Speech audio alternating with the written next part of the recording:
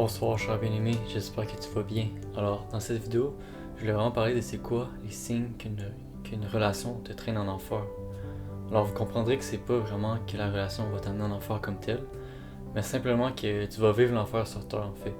Vraiment, tu vas souffrir à travers cette relation-là. Puis par expérience, j'ai vécu énormément de relations où ce que ça fonctionnait juste pas. Puis je peux vous dire que c'est la chose qui détruit le plus ton nom puis ta vie sur terre en ce moment. Oui, la drogue, ça va détruire une vie, mais les relations, c'est la chose qui est la fondation de toute chose en fait. Les familles, si la relation fonctionne pas bien dans la famille, ça va détruire la famille. Alors vraiment, les relations, c'est ce qui est le plus destructeur pour l'homme. Puis c'est ça qui va vous détruire le plus dans votre vie.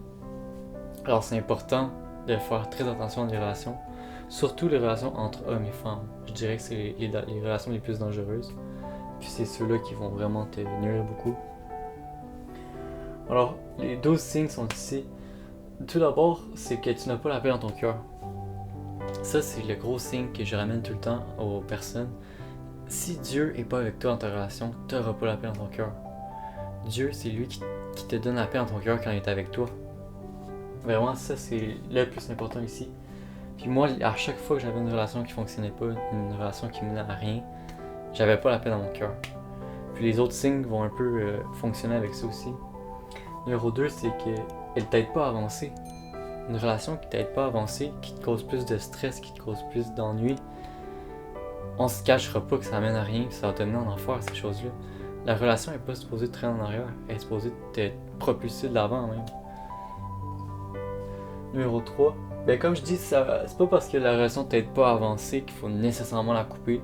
C'est juste que peut-être que tu vas investir moins de temps dans une relation qui va pas t'aider à avancer. Alors si quelqu'un t'aide pas à avancer, quelqu'un te fait reculer même, ça veut pas dire que tu vas racheter cette personne-là, mais nécessairement que les mauvaises compagnies corrompent les bonnes mœurs.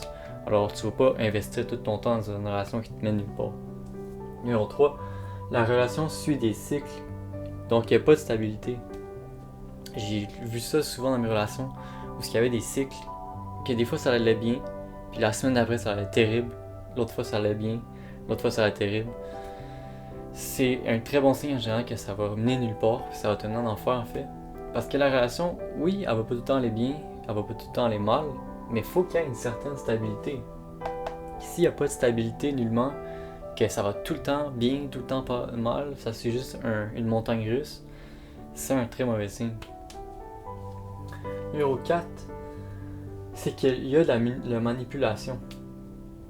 Vraiment, si vous manipulez un l'autre, si vous essayez de vous séduire, si vous essayez de contrôler l'autre personne, ça va mener à la destruction encore plus. Je l'ai vécu souvent ça dans mes relations, parce que j'essayais de contrôler la relation, j'essayais de contrôler l'autre personne. Quand l'autre personne n'allait pas bien, je me demandais pourquoi elle allait pas bien, puis là je commençais à m'inquiéter. Puis ça fait que tu as un stress énorme qui vient sur tes épaules, parce qu'on se le cachera pas, les relations, c'est extrêmement compliqué. Déjà, ton corps humain, t'arrives pas à comprendre pourquoi des fois tu te sens bien, des fois tu te sens pas bien.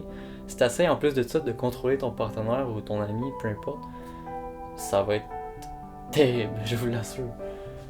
Ok, maintenant, numéro 5, c'est qu'une des deux personnes vient de quitter une relation. Ça s'applique aux relations amoureuses, bien sûr. Si l'autre personne, elle vient tout juste de quitter une relation, ne serait-ce, je dirais, il y a un an et moins, donc avant un an, en général, c'est pas un bon signe. Parce que quand tu quittes une relation, tu amènes énormément de bagages avec toi. Surtout si la personne aimait l'autre personne, tu vas traîner énormément de bagages, énormément de démons, énormément de choses qui vont venir détruire l'autre relation aussi. Puis ça va, encore une fois, ça va faire un cycle de relations brisées. Plus que tu brises des relations, moins tu as de chances d'être en relation. C'est prouvé scientifiquement. Prenez-le pas pour comme fait véridique, parce que je sais pas c'est quoi la source, mais je sais que plus que tu foires des relations, plus que ça devient difficile d'être dans une relation qui va durer longtemps en fait. Alors vraiment, si la personne vient de quitter une relation, en général, elle va amener tous ses problèmes encore dans cette relation-là. Faut que la personne ait le temps de régler ses problèmes, puis de même venir au Seigneur. Parce que je vous dis, le Seigneur va vous briser à travers les relations, vous n'avez même pas idée comment. Le Seigneur va vous briser à travers les relations. C'est comme ça que je suis venu au Seigneur. J'ai tellement été brisé sans arrêt pendant comme 4 ans, 4-5 ans. Puis c'est comme ça que j'étais désespéré, puis je suis venu au Seigneur, en fait. Alors vraiment, Dieu, il va agir dans tes relations. Puis même si t'as pas la paix dans ton cœur, Dieu est encore là, c'est juste qu'il encourage pas cette relation-là, puis il essaie de te briser à travers ça, pour que tu viennes à lui, en fait. Maintenant, numéro 6, c'est que Dieu n'est pas dans la relation. Ben, je viens de dire que Dieu est tout le temps dans la relation, ça se contredit un peu, mais dans le sens que si Dieu n'encourage pas ta relation, oui, Dieu est tout le temps là, parce que Dieu a créé toutes choses, alors nécessairement son esprit est en toutes choses, mais des fois il n'encourage pas des relations. Puis tu vas le savoir quand tu n'as pas la paix dans ton cœur. Quand tu n'as pas la paix dans ton cœur, c'est parce que Dieu n'est pas avec toi dans la relation, puis il n'encourage pas en fait ce genre de relation-là. Soit que cette relation-là n'est pas selon les plans que Dieu a pour ta vie, il sait que tu es prête à d'autres choses. Dieu a un plan pour ta vie. Il veut te permettre d'aider les autres à travers ta vie, puis il voit le potentiel qu'il y a en toi. Mais quand il voit cette relation-là, il sait que cette relation-là te traîne en enfer et elle te mène nulle part en fait. Alors nécessairement, tu n'auras pas la paix dans ton cœur. Puis c'est ça, Dieu ne sera pas dans ta relation, il ne va pas l'encourager en fait. Maintenant, numéro 7, c'est que tu fais des rêves négatifs, répétitifs, depuis cette relation-là en fait. Ça, quand j'ai eu des relations avant que ça ne fonctionnait pas, une en particulier, où ce que je vous dis, vous allez peut-être rêver que vous tombez d'un ascenseur. Un ascenseur de 2000 étages qui va tomber vers le milieu de la terre. Vous allez peut-être rêver que vous faites pourchasser par des loups, par des personnes, ou que... Mais le truc important ici, c'est des rêves répétitifs négatifs. Peu importe c'est quoi, vous allez essayer de discerner c'est quoi le rêve. Mais en général, c'est difficile de discerner les rêves. Personnellement, je suis pas tant capable de le faire. Je suis pris au Seigneur, mais j'ai écrit tout le temps pour être sûr de rien manquer. Mais si tu tombes d'un ascenseur ou tu vois un édifice qui tombe en morceaux, tu vois un accident d'auto à répétition, ou tu vois un auto que tu contrôles pas le volant, en général, c'est Dieu qui essaie de te réveiller. Il te shake, il dit « Sors de cette relation-là ». Puis il essaie de te briser, puis de faire sortir de cette relation-là qui va te mener à rien, en fait. Alors ça, c'est un autre gros signe ici.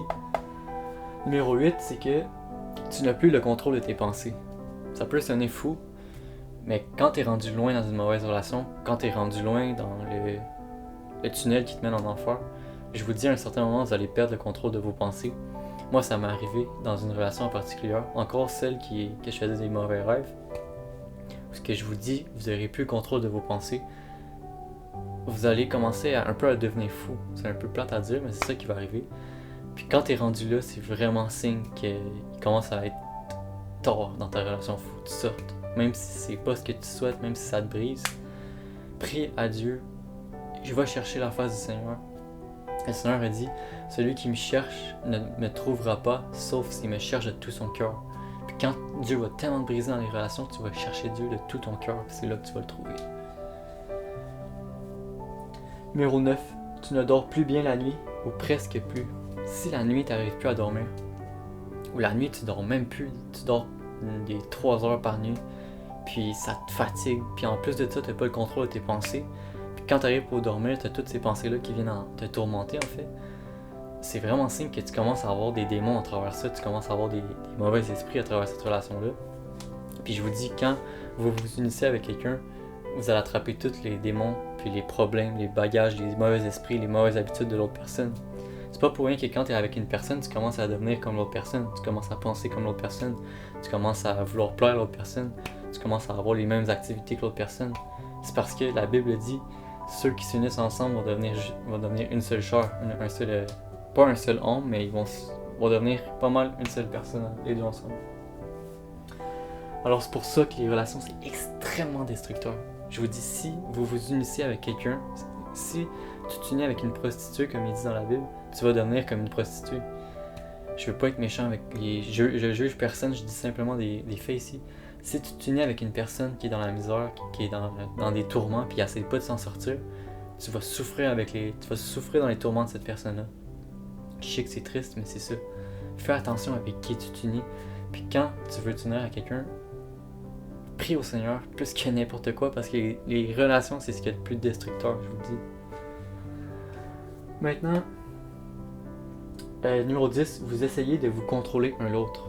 J'ai écrit ça un peu ici dans la manipulation, mais ça va être un peu plus contrôler la relation.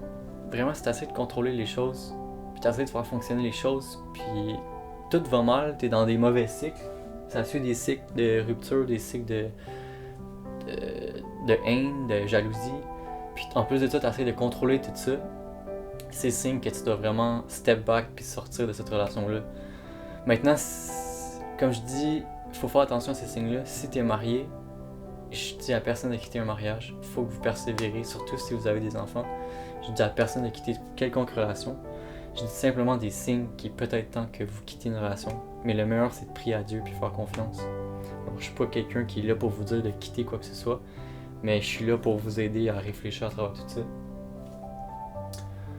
Puis vraiment, quand tu essaies de contrôler les relations, c'est parce que tu n'as pas la paix dans ton cœur, c'est parce que Dieu n'est pas dans la relation, puis ça va mener à rien en fait, cette relation-là. Puis 11, c'est que tu te sentais mieux avant d'être dans cette relation-là. Comme je dis, c'est pas nécessairement que tu te sentais parfait, on se sent jamais parfait dans ce monde-là. On vit dans le péché, on peut pas vivre parfaitement, on n'est pas au royaume des cieux encore. Mais si, avant cette relation-là, tu te sentais déjà beaucoup mieux qu'avant ça, avant que tu rencontres cette personne-là, c'est un gros signe en général, parce que tu n'as pas la paix dans ton cœur, puis Dieu n'est pas avec toi dans cette relation-là. Maintenant, numéro 12, c'est que les choses avancent trop vite. Je pense que c'est Salomon, le roi Salomon, qui a dit « Celui qui acquiert des richesses rapidement va les perdre rapidement, mais celui qui acquiert des richesses tranquillement va les garder longtemps. » C'est pas exactement ça, mais vous comprendrez que si tu acquiers la loterie demain matin, tu as peur de la sagesse qui t'a amené tout cet argent-là, en fait. Alors, nécessairement, tu ne seras pas capable de garder tout cet argent-là. Tu vas la perdre, tu vas la dépenser, tu vas te la faire voler. Mais de la même façon, dans une relation, si tu commences trop vite, tu fais l'amour la 3e journée que tu rencontres la personne, moi, je vous dis, vous n'avez pas acquéri les obstacles qui vous ont amené la sagesse, puis la relation va se mener à rien, en fait. Plus que... Maintenant, je dis pas que si ça avance rapidement, puis vous vous mariez, puis tout va bien, vous comprendrez, c'est un peu un équilibre. Mais si ça avance trop vite, puis vous voyez que ça fonctionne juste pas, c'est peut-être signe qu'il faut sortir de la relation. Vraiment, faut que ça y aille tranquillement, puis que tu fasses confiance à Dieu. Mais comme je dis, c'est pas parce que ça avance vite que c'est un mauvais signe. Mais si ça s'ajoute à tout ça, en général, mes relations qui ont commencé trop rapidement, ils se sont détruits, puis ils m'ont détruit comme jamais aucune autre relation m'a détruit. Quand tu rentres dans une relation comme un train, ça va te détruire, je vous le garantis. C'est vraiment pas bon. Puis c'est comme quand tu es sur l'autoroute, je sais pas si c'est le meilleur exemple, mais quand tu perds le contrôle de ta voiture, il n'y a plus rien à faire. T'es mieux de sortir de la voiture puis laisser la voiture partir. C'est pas le meilleur exemple, mais quand la relation elle fonctionne juste plus, vous essayez de ramener le train sur le chemin de fer, oubliez ça. Bon, ça va prendre à un certain niveau, bien sûr, si vous avez des enfants, si vous êtes marié, moi je suis pas dans ce choix-là.